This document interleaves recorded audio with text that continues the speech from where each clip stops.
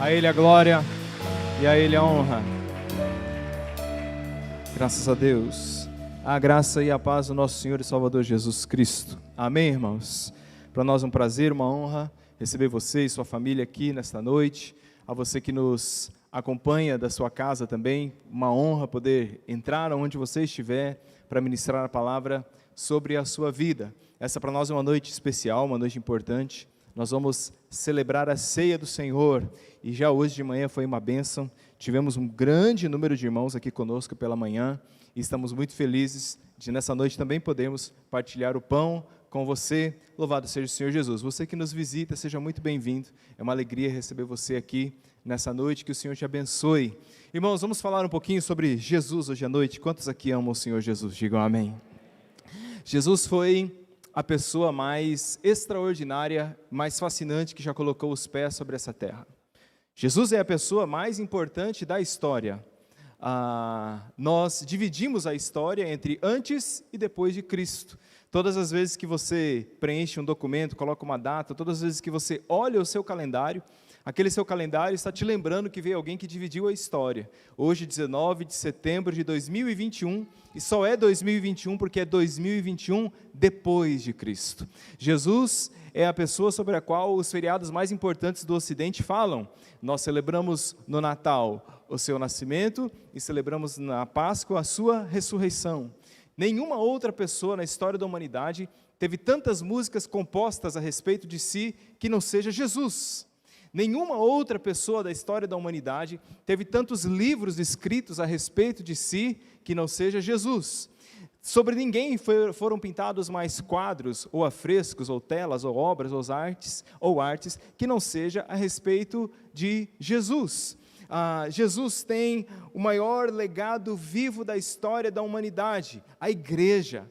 A igreja é o maior, o mais antigo e o mais persistente movimento global que a história humana tem notícias. Há pouco mais de 2000 anos, apesar de lutas, provas e perseguições, a igreja de Cristo cresce e está viva para a glória de Deus.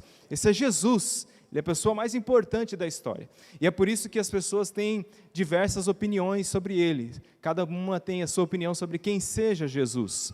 E o que nós vamos fazer hoje à noite é olhar para Jesus, porque ele é não só a pessoa mais amada, mas ele também é a pessoa mais controversa da história.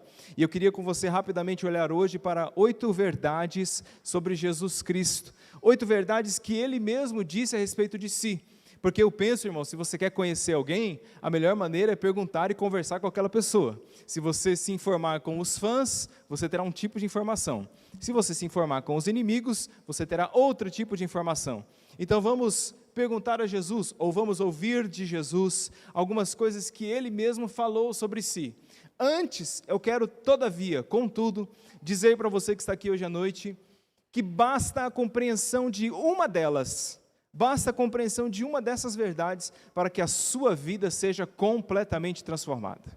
Basta a compreensão de uma dessas verdades para que você deixe de ser um não crente e se torne um crente. Para que você deixe de ser um não cristão e se torne um cristão. E você que está visitando a gente hoje diz assim: pastor, o senhor está querendo me converter? Tcharam, bem-vindo à igreja.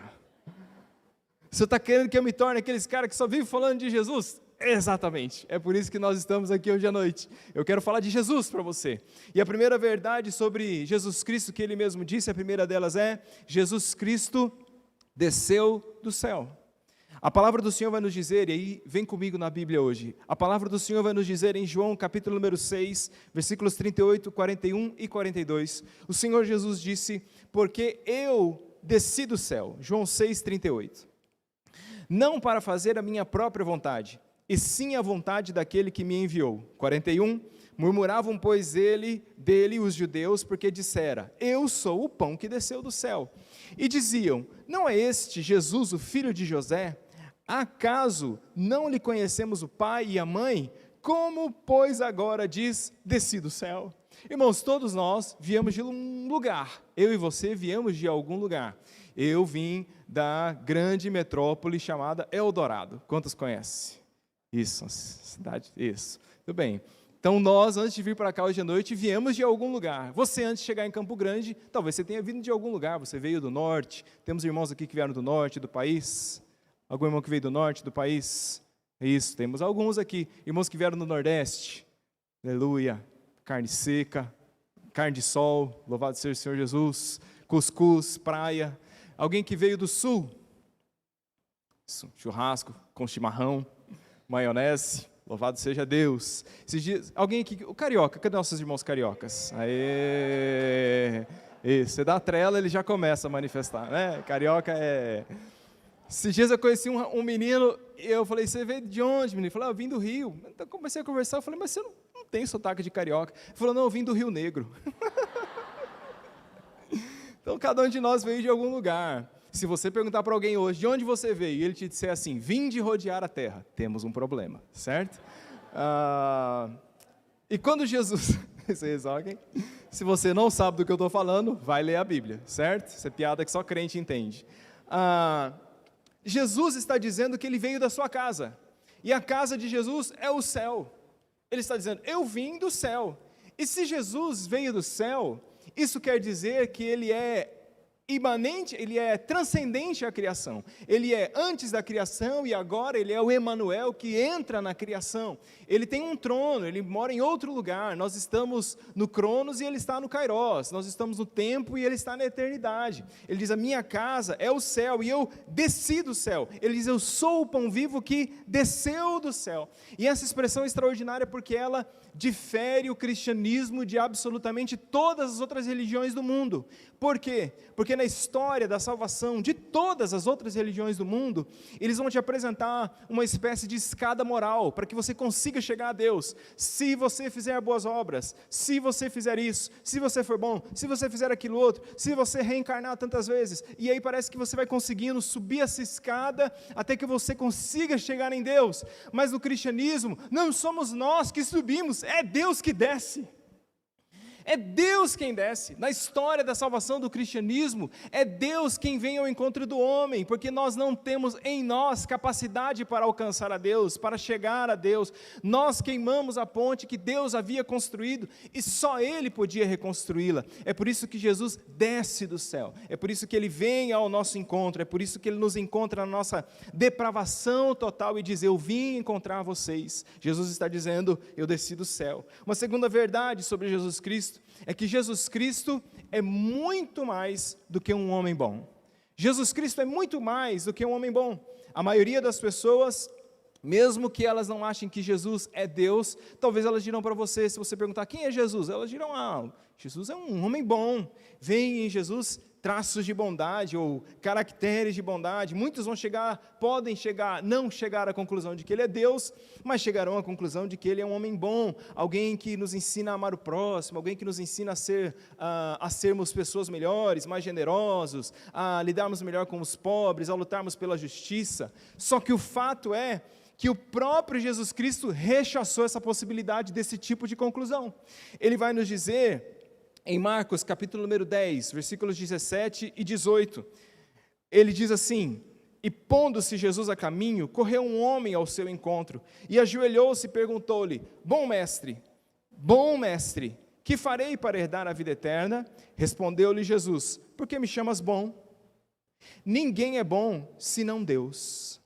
Então, olha o que Jesus está fazendo aqui, Jesus está dizendo, você não pode chegar à conclusão de que eu sou bom, se você não chegar antes à conclusão de que eu sou Deus.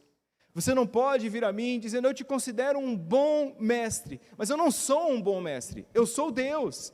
Jesus está dizendo para nós que nós temos que receber ou rejeitá-lo, baseado nas categorias que Ele mesmo fornece sobre si, e não as categorias que a gente cria sobre Ele.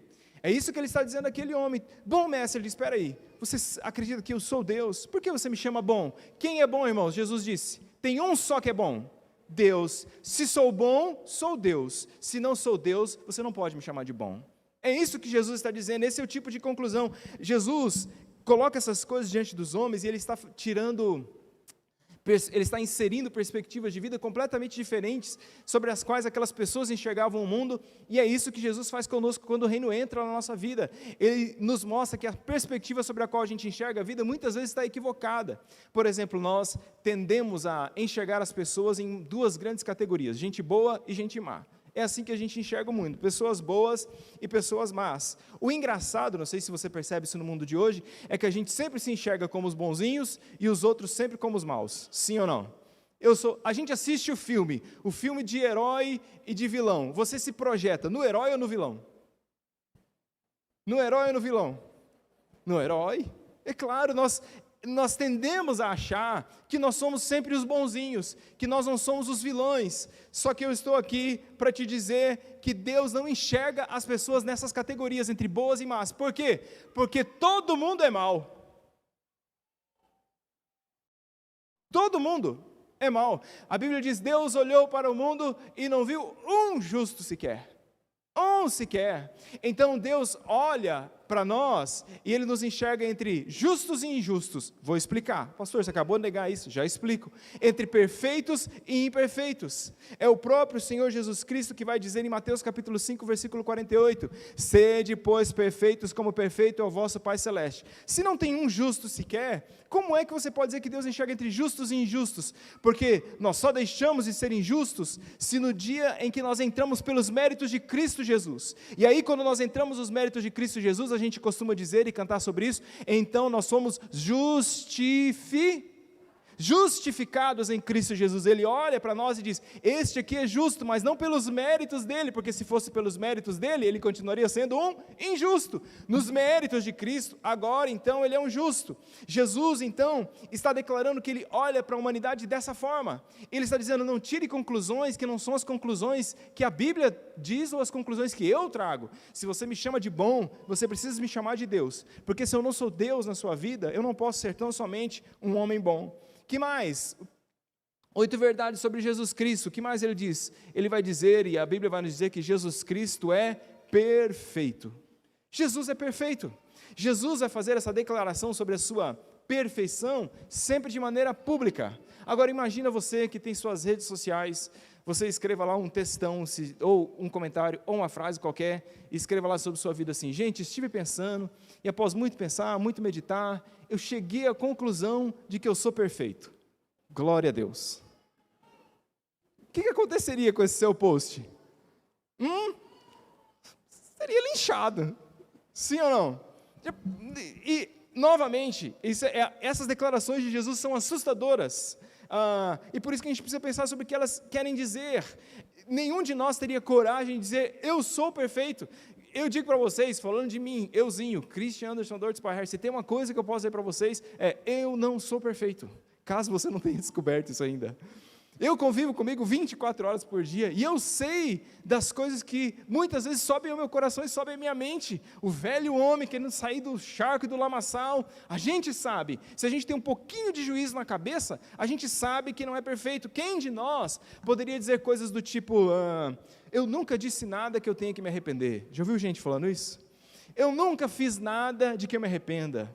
Eu nunca tenho que pedir desculpa por nada que eu tenha feito. Todos os conflitos em que eu já me meti, sempre era culpa do outro. Sempre era culpa do outro. Então, se você pensa qualquer coisa do tipo, nós vamos fazer um exame toxicológico em você no final do culto, que você está fora da realidade. Isso não é a vida. Jesus disse em João 8, capítulo 8, versículo 46, disse assim: quem dentre vós me convence de pecado? Se vos digo a verdade, por que razão não me credes? Olha o que Jesus está dizendo. Ele está dizendo: eu sou perfeito. Quem de vocês pode me convencer que há pecado na minha vida? E se isso, irmãos, olhe bem o que eu vou te dizer agora. Se isso que Jesus Cristo está dizendo não é verdade, então Jesus é o maior mentiroso da história do universo. É isso. Quantos de nós aqui deixa eu construir esse raciocínio com você. Quantos de nós aqui conhece alguém que nunca admite quando está errado? Percebo olhares se cruzando. Quem aqui convive com alguém que nunca pede desculpa? Esses dias eu estava assistindo um filme, um personagem super turrão, não uma série, um personagem super turrão, aí ela para alguém, ela nunca pedia desculpa na série, né? Aí ela para alguém e fala assim: olha, eu queria te pedir desculpas. Aí a pessoa para assim e fala: tá, pode falar. Falou: não, eu já pedi. Quem de nós poderia conviver com alguém assim? Já pensou se você convive com alguém que diz: eu nunca faço nada de errado, eu não tenho motivos para pedir desculpas? Então o que eu quero te dizer é: se Jesus não é perfeito, e o que ele diz não é verdade, então ele não é nem mesmo um homem bom. Ele é só um grande mentiroso, ele é só um grande farsante, ele é só um grande hipócrita. Agora, se ele de fato diz o que é verdade, é por isso que Jesus diz, se o que eu digo é verdade, por que você não crê em mim? É isso que ele está falando. Jesus faz isso de uma maneira pública, lembre-se, Jesus é uma figura pública, e ele faz isso diante dos fariseus. Sabe o que Jesus está dizendo? Ele está dizendo, investigue a minha vida. Olhe para a minha vida, olhe para as minhas palavras, olhe para a minha conduta, olhe para quem eu sou até o dia de hoje, para quem eu serei até o último dia da minha vida, e você vai chegar à conclusão de que eu sou perfeito. É isso que nós temos que entender a respeito do Senhor Jesus Cristo, e essa é a nossa esperança, porque vem um Cristo que é perfeito, ele faz conosco aquilo que Martinho Lutero chamava de a grande troca, porque ele sabe que nós somos pecadores, é por isso que nós precisamos de um que assumisse nosso lugar, que nunca cometeu pecado. Ele sabe que nós somos imperfeitos, é por isso que nós precisávamos de um que assumisse nosso lugar e que fosse perfeito. Ele sabe que nós falhamos e que nós erramos na vida, por isso nós precisávamos de um Salvador que fosse perfeito, que não falhasse em nada. Ele trocou de lugar conosco e ele levou o castigo que nós merecíamos para que nós recebêssemos a vida que nós não merecíamos. Você pode dar um amém por isso? Jesus é perfeito. O que mais ele diz sobre si? E essa é uma das declarações mais extraordinárias a respeito de Jesus Cristo. Ele diz, a Bíblia nos diz, Jesus Cristo é Deus. Jesus Cristo é Deus. Agora ele não está só se colocando numa categoria de gente diferente, ele está se colocando numa categoria acima de todas as pessoas, ele está distinto das pessoas, distinto da sua criação. João 10, versículos de número 30 a 33, o Senhor Jesus diz assim, eu e o Pai somos um. Novamente pegaram os judeus em pedras para lhe atirar. Disse-lhe Jesus, tenho-vos mostrado muitas boas obras da parte do Pai, por qual delas me apedrejais? Responderam-lhe os judeus, não é por obra ou por boa obra que te apedrejamos, e sim por causa da blasfêmia, pois sendo tu homem, tu fazes Deus a ti mesmo. Entre todos os fundadores das grandes religiões mundiais, somente um bateu no peito e disse, eu sou Deus, e o nome dele é Jesus.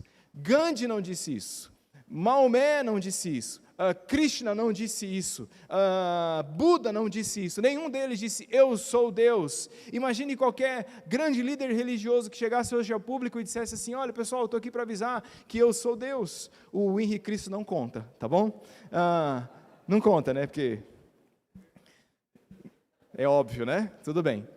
Imagine que um grande líder se levantasse e dissesse, eu sou Deus, a gente diria, está louco, está blasfemando, mas Jesus está fazendo exatamente isso, Jesus está dizendo, eu sou Deus. Deixa eu fazer um parênteses aqui rapidinho, todas as vezes que você vê Jesus afirmando a sua deidade ou a sua divindade na Bíblia, os fariseus, a primeira coisa que eles queriam fazer era matar Jesus, apedrejá-lo, todas as vezes, o texto inclusive que nós lemos está aí. Por quê? Porque quando Jesus diz, Jesus está no meio deles, no meio do conflito, ao mesmo tempo que Jesus está ali, ele diz, eu sou Deus.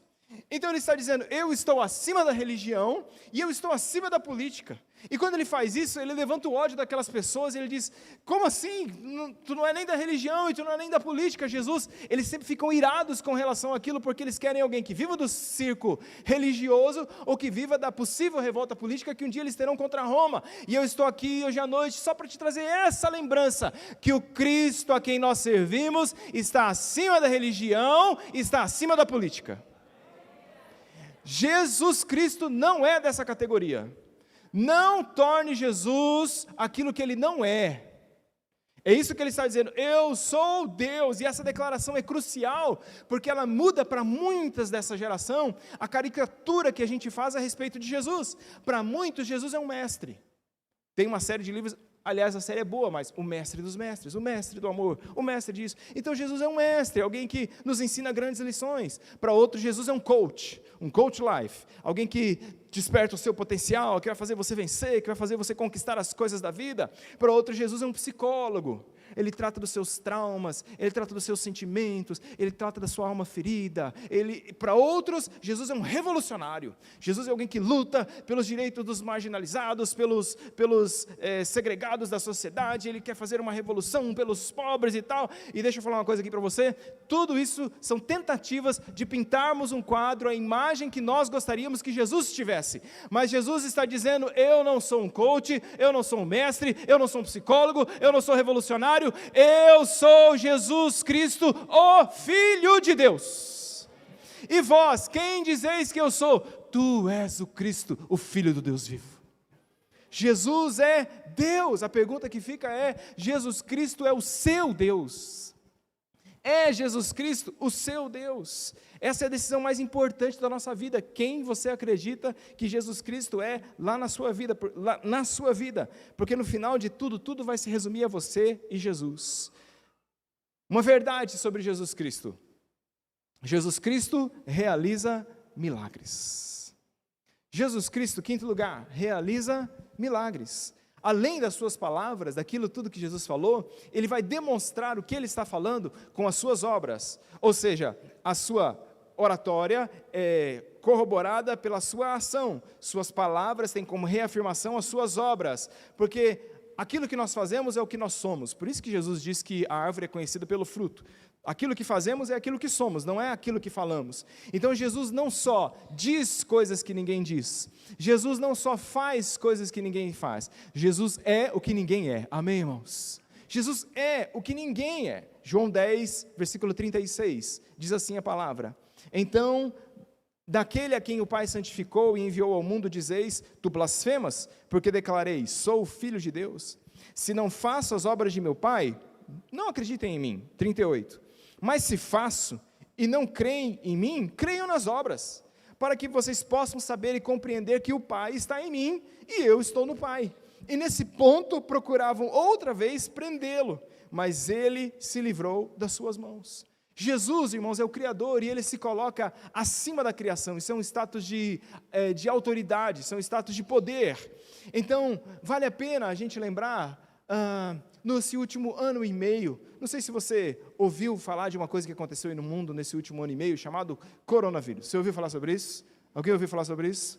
E nesse último ano e meio, o que nós fizemos? Nós passamos este último ano e meio lutando contra a criação.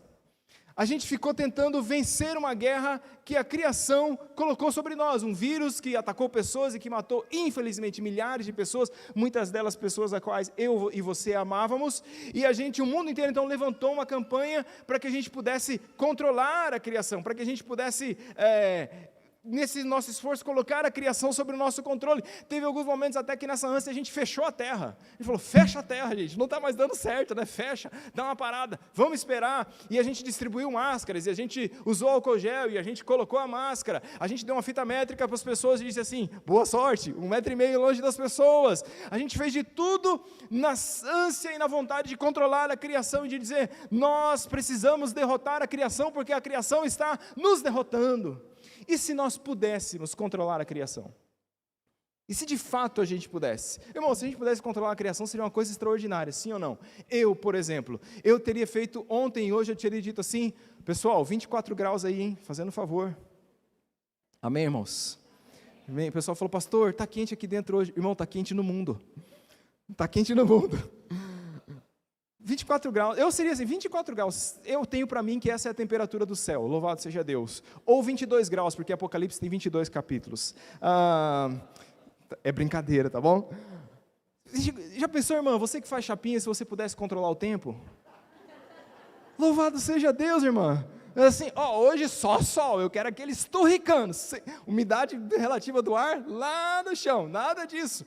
O que você faria se você pudesse controlar a criação? Mandaria chover mais, chover menos, menos isso, mais aquilo. O fato é que Jesus controla a criação. Por quê? Porque Ele está acima da criação. Ele tem a autoridade do Criador sobre a criação. É por isso que quando Jesus fala, a criação para. Por quê? Porque a criação está reconhecendo a voz daquele que a criou lá na fundação do mundo. É por isso que quando a tempestade vem, Jesus diz: cesse vento, e o vento para, porque Ele diz: é o meu Criador que está falando.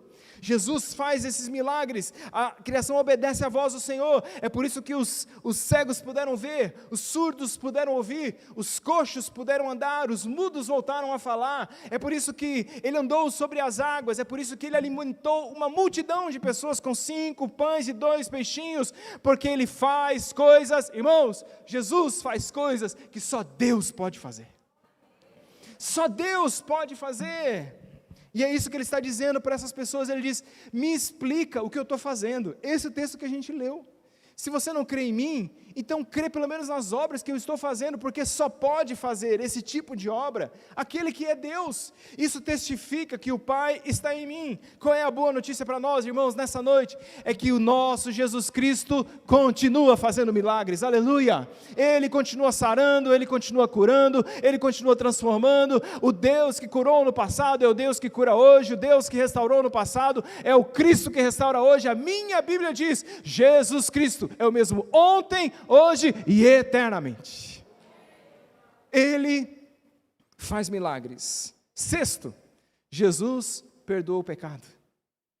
Jesus perdoa pecados. Marcos 2, versículos 5, 7 e 8. Marcos capítulo número 2, versículo 5. Diz a Bíblia, vendo-lhes a fé, Jesus disse ao paralítico, filho, os teus pecados estão perdoados. Mas alguns dos escribas estavam assentados ali e arrazoavam em seu coração. Algumas traduções dizem, pensavam consigo mesmo. O que eles pensavam consigo mesmo? Por que ele fala deste modo? Isso é blasfêmia. Quem pode perdoar pecados senão um que é Deus? E Jesus, percebendo logo por seu espírito que eles assim arrazoavam, disse-lhes, por que arrazoais sobre estas coisas em vosso coração? O que está acontecendo aqui é que tem um homem enfermo e ele é levado à presença de Jesus. E Jesus então cura. Jesus, antes de curar aquele rapaz, perdoa os seus pecados. E nisso, aqueles homens começaram aqui, matutar aqui dentro, e dizer, o que esse cara pensa que é para perdoar pecados? Porque só Deus pode perdoar. Salmo 54, versículo número 1, a Bíblia diz, Salmo 51, versículo 4, pequei contra ti somente. Então, todo pecado que nós cometemos, em última instância, ele é contra Deus. Eu posso ofender alguém na horizontal, mas o pecado sempre é na vertical. É por isso que homens não perdoam o pecado, sabia disso? Homens liberam ofensas, homens perdoam ofensas, mas só perdoa pecados Deus, amém, queridos? Por isso que nós não oficiamos perdão de pecados sobre a vida de ninguém, só Deus pode fazer isso. Então, o grande mistério que está aqui é que nós precisamos receber o perdão de Deus. Hoje em dia, a nossa cultura mais moderna está nos ensinando que a gente tem que se perdoar. Você tem que se perdoar. Você tem que se perdoar. Irmão, se perdoar é uma boa parte da vida. É bom se perdoar mesmo. Só que o grande lance é o seguinte, no final da vida, lá antes de atravessar o rio, você não vai estar diante de um espelho. Você não vai se perguntar lá no dia do juízo, eu me perdoei? Não, você vai estar diante do grande trono branco, você vai estar diante do Senhor, e naquele dia a pergunta não é se você se perdoou, naquele dia a pergunta é, você recebeu o perdão de Deus? Porque nós viemos de Deus e voltamos para Deus, e a Ele prestamos contas da nossa vida. Então você pode ter até se perdoado, mas se você não recebeu o perdão de Deus, ou não buscou o perdão de Deus, você vai viver eternamente como um não perdoado. Então nós precisamos não perder de vista esse ponto de vista, que é, nós viemos de Deus e voltaremos para Deus. Agora, interessantíssimo nessa história, é que Jesus sabe os pensamentos, sabe aquilo que aqueles homens presentes estão pensando, e eles estão pensando assim, quem esse cara pensa que é? É isso que eles estão pensando aqui. Só Deus pode perdoar pecado. Irmãos, imagina a cena, Jesus está ali curando o paralítico, e aí quando ele diz assim, perdoados estão os teus pecados, os fariseus aqui, coligação de pensamento na cabecinha, esse cara, quem que ele está achando que é? Ele está achando que é Deus? Aí Jesus vira para ele e diz assim, eu sei o que você está pensando. Como assim? Só faltou ele dizer, eu sei o que você fez no verão passado, não é? Eu sei, você está se perguntando se eu sou Deus, não é? É isso, Jesus perdoa pecados, Ele conhece o mais profundo do nosso coração. Jesus conhece aqueles que não estavam crendo, mas estavam duvidando, e mesmo assim Jesus estava disposto a perdoá-los. Jesus conhece os intentos do meu e do seu coração, o que passa aqui, o que a gente faz aqui, e mesmo assim Jesus está disposto a nos perdoar. Eu queria dizer para você hoje, dispa-se desse discurso da modernidade, que só consegue enxergar o erro no outro, e não consegue enxergar o erro em si mesmo. Eu fico olhando para esse pensamento moderno e digo, gente, o que está acontecendo com o mundo? Nos dias de hoje, nós temos muita facilidade em acusar os pecados institucionais, e muita dificuldade em falar das nossas transgressões pessoais. O sistema é isso. o governo aquilo, não sei o que lá, aquilo outro, gerações passadas, não sei o que lá, não sei o que lá, tudo é institucional, mas quando é para a gente falar do nosso, a gente tem uma facilidade de falar de todos esses ismos da moda aí, pega todos os ismos da moda, a gente vai falando, mas é tudo institucional, é tudo os outros, é todo mundo, então a gente vai criando esse complexo de vítima. Eu sou uma vítima, só que posso falar uma coisa para você, na maioria das vezes nós somos os vilões. Na maioria das vezes, nós somos os vilões. Então você conversa com as pessoas hoje, você pergunta para elas assim, você é um pecador?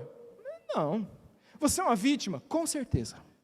Com certeza, porque as pessoas são más, e elas fazem isso, aquilo, o sistema, aquilo, outro. Então a gente sempre vê no outro uma capacidade enorme de fazer o errado, e em mim somente a capacidade de sofrer com o errado que os outros fizeram. Mas eu mesmo nunca fiz nada de errado para ninguém. Eu mesmo só estou pagando a consequência de um sistema que é mau. Esse é o mundo que nós estamos vivendo nos dias de hoje. Então, quem não entende que é um pecador, não quer ser salvo. Ele só quer ser ajudado. Por isso que tem igreja lotada de gente querendo ajuda só. Mas ele não quer a salvação. Quem não entende que é um pecador, ele não quer os mandamentos, ele só quer bons conselhos. Ele fala, que conselho que eu vou receber hoje, que eu posso aplicar na minha vida? Então, se a gente para as pessoas e diga, fale sobre as pessoas que te traíram, fale sobre as pessoas que te abandonaram, fale sobre as pessoas que te decepcionaram, que te deixaram. Pastor, isso, aquilo. Ótimo. E se eu mudasse a pergunta? E se eu perguntasse para você hoje à noite, fale sobre as pessoas que você traiu, fale sobre as pessoas que você abandonou, fale sobre os erros que você cometeu. Aí as nossas palavras somem, porque a nossa geração está muito mais preocupada em denunciar os pecados dos outros contra si, do que denunciar os seus próprios pecados contra os outros. Essa é a preocupação da nossa geração, e isso se chama hipocrisia. E nós estamos vivendo num mundo hipócrita. E eu vou dizer isso aqui com todo o amor e carinho do mundo para você hoje à noite, mas se nós transformamos os pecadores em vítimas, nós os afastamos do Evangelho, porque o Evangelho parte do pressuposto de que eu sou responsável pela situação em que eu estou, eu sou responsável pela minha miséria e eu preciso me arrepender. E se eu não me enxergo como um pecador, eu jamais vou chegar à conclusão de que eu preciso me arrepender. Os outros que têm que mudar, mas eu não preciso mudar. Então, enquanto você não resolve o problema do pecado, você não resolve os demais problemas. Se você tem um pouquinho de consciência funcionando hoje à noite, e você parar para pensar, você vai chegar à conclusão de que não está tudo bem com você.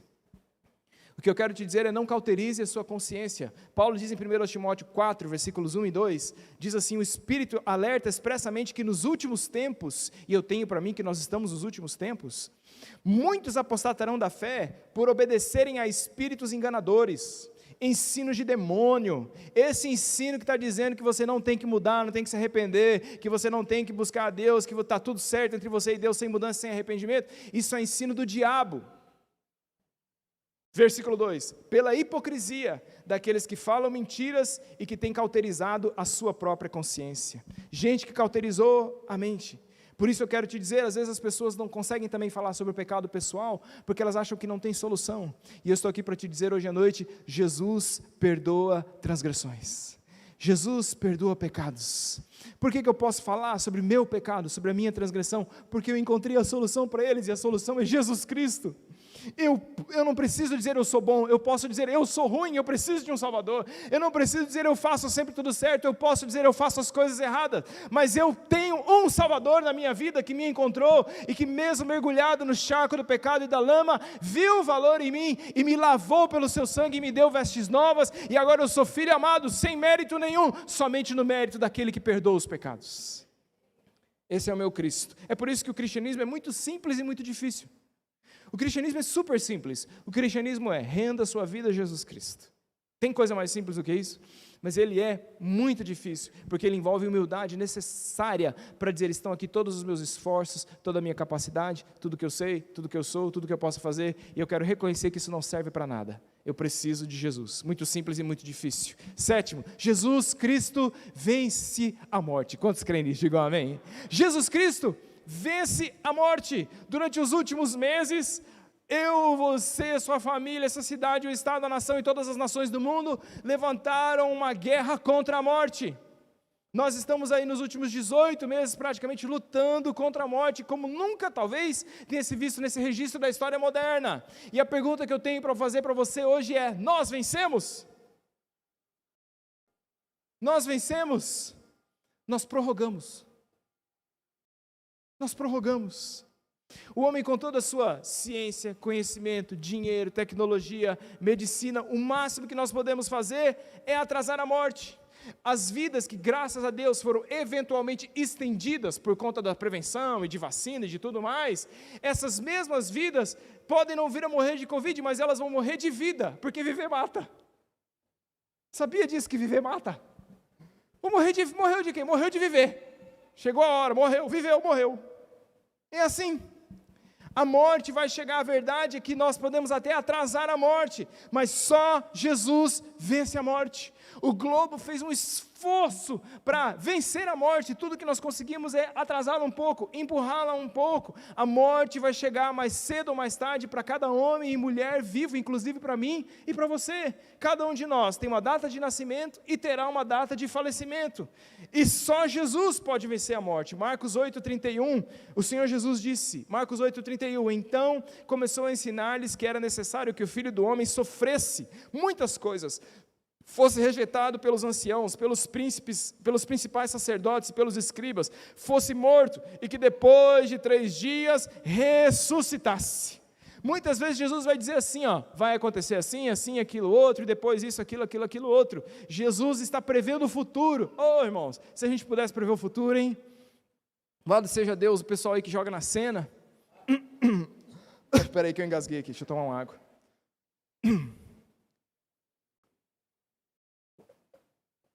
Se a gente pudesse prever os 6 números, se a gente pudesse prever as coisas que vão acontecer, se a gente pudesse saber quais ações vão cair, quais ações vão subir com toda certeza, o fato é que a gente tenta investigar sobre o futuro, tenta prever o futuro, mas a gente jamais conseguirá. Você sabia que 1/4 da Bíblia, 1/4 da Bíblia é profético? 1/4 dos textos da Bíblia são o que a gente chama de escritos proféticos, são profecias. Acontecerá, será assim. 1/4 da Bíblia, para cada 4 palavras que você lê, uma é profética na Bíblia. Muitos desses textos já se cumpriram, outros estão se cumprindo e outros ainda vão se cumprir. Por quê? Porque Deus conhece o futuro, aleluia.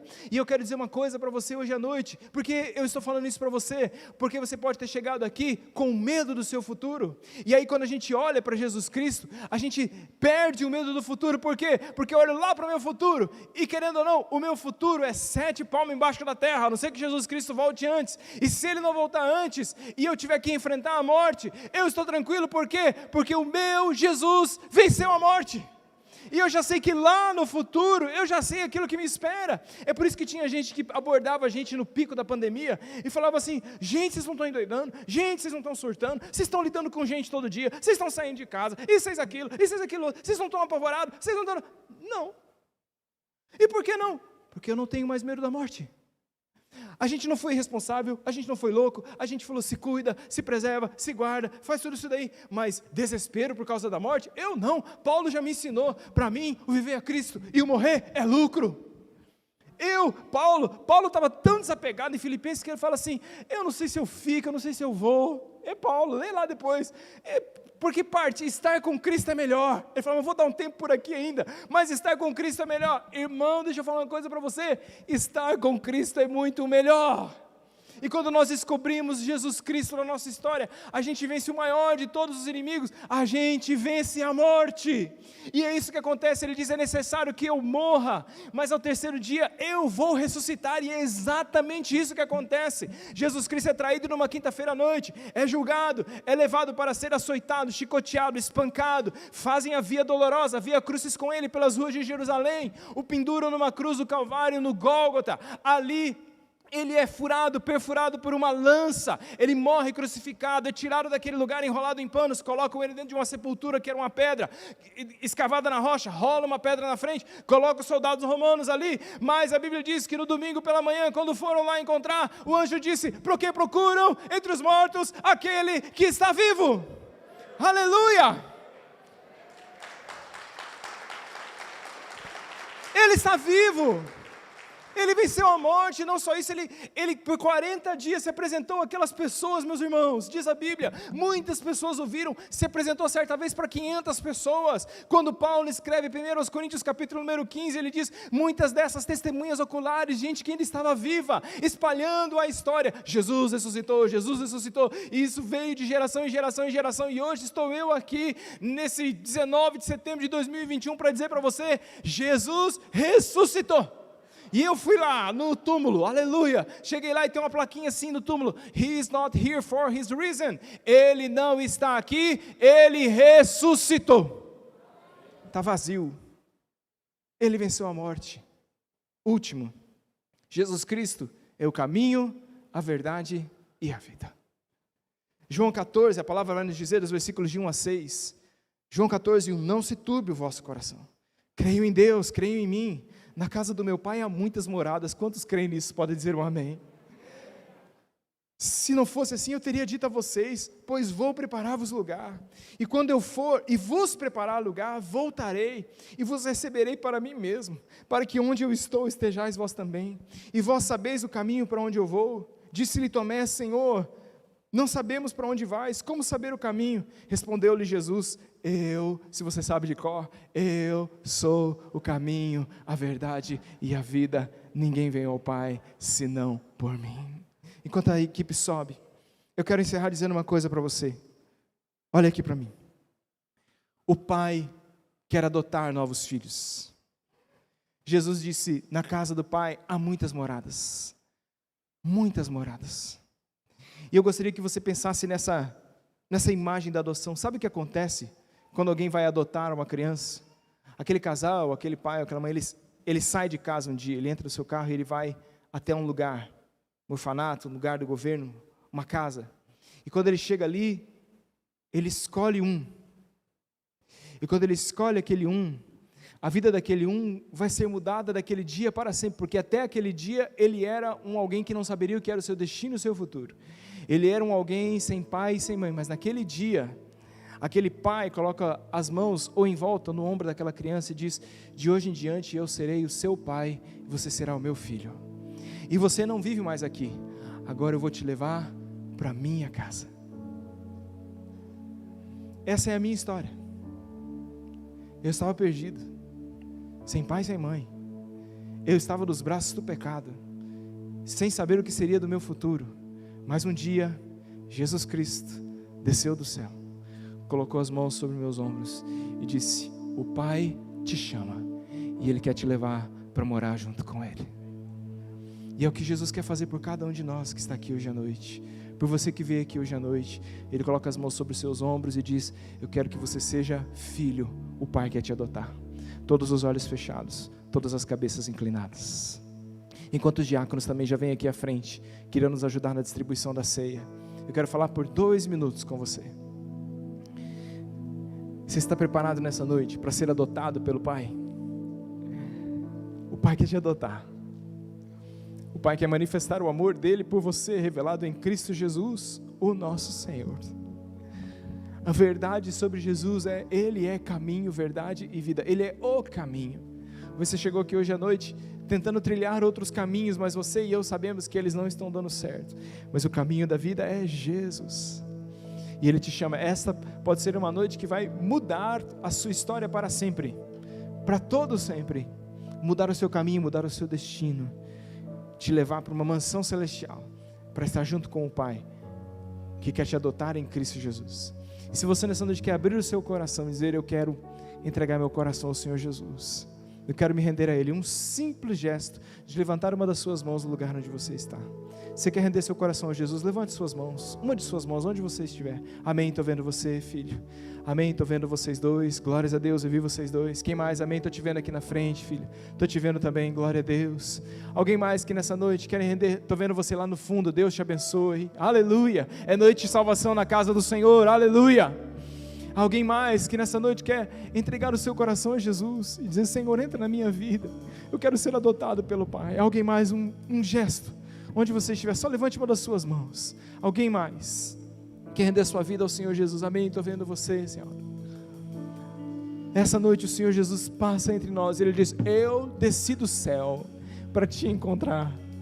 E eu quero te levar para junto da casa do Pai, e o Pai te adota. Aleluia. Você, todos os olhos estão fechados, fique tranquilo. Você que levantou as suas mãos, só peço a você um gesto a mais. Fique em pé no lugar onde você estiver, só para eu orar com você. Pode se colocar em pé no seu lugar. Pode se colocar em pé no seu lugar. Isso, glória a Deus. Quero orar com você. Glória a Deus. Glória a Deus. Louvado seja Deus. Glória a Deus. Pode se colocar em pé no seu... Isso, filho, fique em pé no seu lugar. Amém. Amém. Você que se colocou em pé no seu lugar, ouça o que eu vou te dizer. Essa é uma noite que Jesus Cristo está mudando a sua história. Amém, filho, isso mesmo. Jesus está mudando a sua história. Ele está te transformando em filho de Deus, em filha de Deus. Ele está quebrando o abismo e Ele está te reconectando, reconciliando com o Senhor. Põe as mãos sobre o seu coração, no lugar onde você estiver aí. Pode fechar seus olhos, pôr as mãos sobre o seu coração e ore comigo, em pé, do jeito que você está. Diga assim: Senhor Jesus, nessa noite eu abro o meu coração para o Senhor, e eu te peço, vem morar no meu coração. E eu te peço, vem mudar a minha vida. Nessa noite eu reconheço que sou um pecador e que preciso de Jesus. Eu reconheço que eu preciso da tua graça. E nessa noite eu me arrependo dos meus pecados. Eu os confesso diante do Senhor Jesus, na certeza de que em Jesus eu sou recebido pelo Pai. Quero orar por você. Senhor, entra nos corações essa noite. Espírito Santo de Deus, sela esses corações com o selo da promessa. E aqueles que nessa noite chegaram aqui perdidos, estão sendo encontrados por Jesus para a glória de Deus. Aleluia. Estão sendo salvos pelo Senhor. E o Senhor está escrevendo o nome deles no livro da vida, da onde eles nunca mais serão tirados para a glória de Deus. Estão nascendo de novo hoje em Cristo Jesus, aquele a quem amamos, aquele a quem servimos, para a glória de Deus, em nome de Jesus. Amém e amém. E você que crê, dê um glória a Deus no seu lugar, dê um aplauso ao Senhor, fique em pé para a glória do seu nome. Pode aplaudir mais forte ao Senhor. Aleluia, aleluia. O Senhor Jesus salva. Aleluia, aplauda o Senhor, glorifica Ele aonde você estiver. Ele é o Cristo, Ele é a verdade, o caminho e a vida. Ele nos aproximou e Ele nos religou, Pai, aleluia.